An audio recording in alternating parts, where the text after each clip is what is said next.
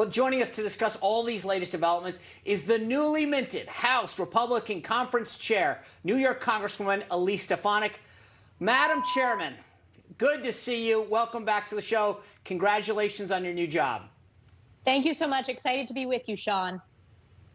All right, your job as the conference chair is to oversee the messaging for House Republicans. A lot of Republicans are now calling for Fauci to be fired. So, one, is the message of House Republicans that Fauci has outlived his welcome?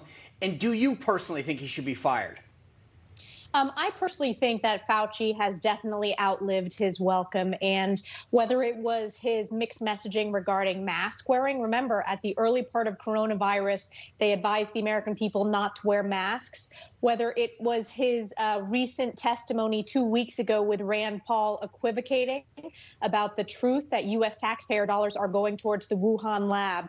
We need to make sure that these public health positions are not political. And it was very concerning to me that Dr. Fauci really doubted much of President Trump's leadership that has proven to be correct, whether it was the origin or information that is really opening up the questions related to the origin of COVID, which looks more and more likely to have come from the Wuhan Lab, or whether it was the president's decision to ban flights from China, which was the right decision.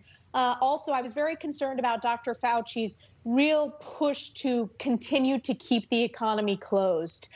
We need to safely reopen the economy. That is important for public health reasons, but it's also important for mental health as well as economic health for our country.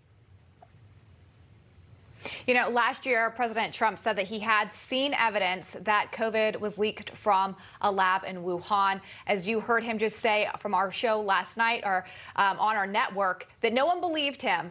Have you personally seen evidence of a cover-up? Well, what's concerning to me is that if you look at the media's coverage, any elected official or leader who questioned or even asked the really valid question, could this potentially have come from the Wuhan lab? It was the Washington Post, the New York Times, CNN, PolitiFact smeared those individuals, and they said that was a conspiracy theory.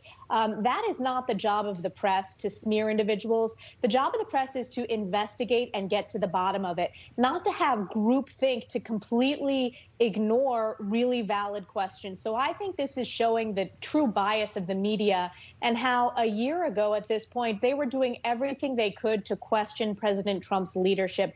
And now we know that his instincts were correct when it comes to really questioning the origin of the COVID virus and the connection with the Wuhan lab.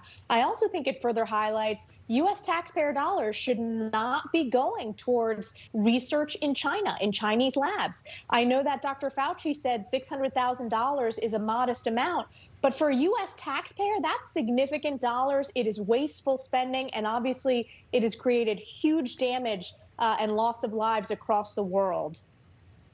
Yeah, I think if we're giving $600,000 to China, it's kind of actually like giving them back their own money, though, because they buy up all of our debt, and then we just give them back the money so we can borrow more, which is a whole separate subject. But this new report that came out about the Biden administration ending the investigation that the State Department under Mike Pompeo had started on the origins of COVID.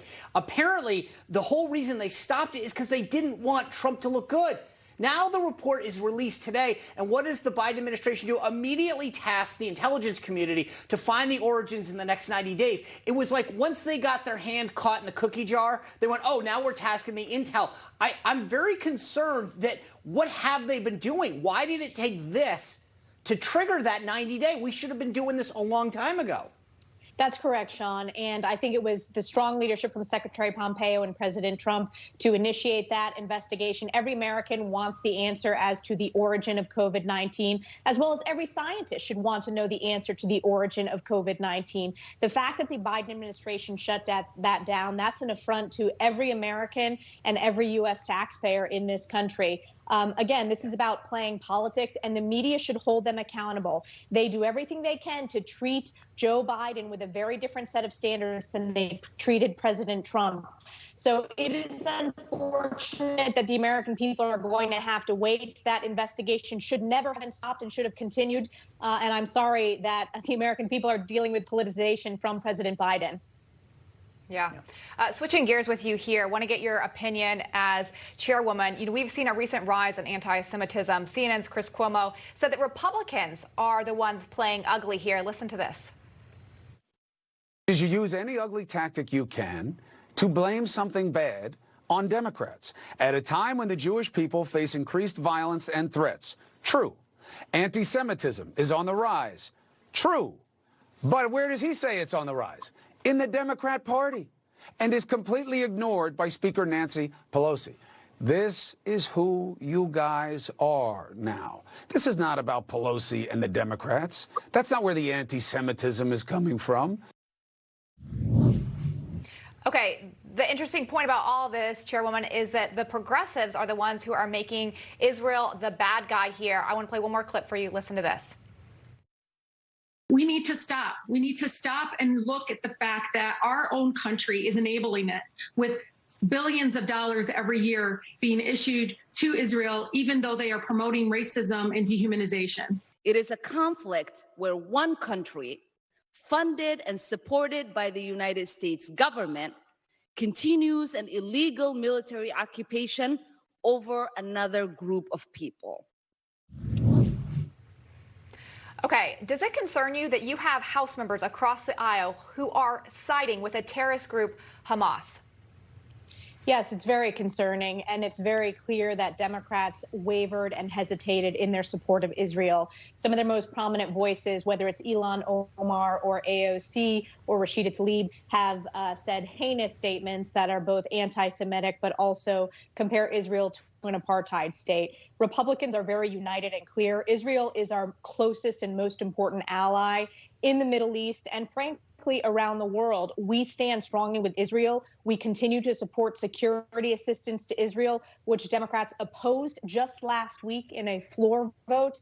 And when it comes to combating anti-Semitism, it's the Republicans that have led the effort to combat anti-Semitism. The Democratic Party is the party of BDS, the Boycott, Divest, Sanction movement, which delegitimizes Israel's right to its existence. So this is a very clear choice, and Republicans are united, standing with Israel and Israel's right to defend itself. Make no mistake, Hamas is a terrorist organization backed by Iran, and this is the direction that the Biden administration is going in. They are letting the radical far left pull them further and further to the left to negotiate with Iran rather than standing strongly with Israel. Yeah, absolutely. Well, Congresswoman Stefanik, thank you so much for being here and your input, and congratulations on your new leadership role. Thank you very much. All right.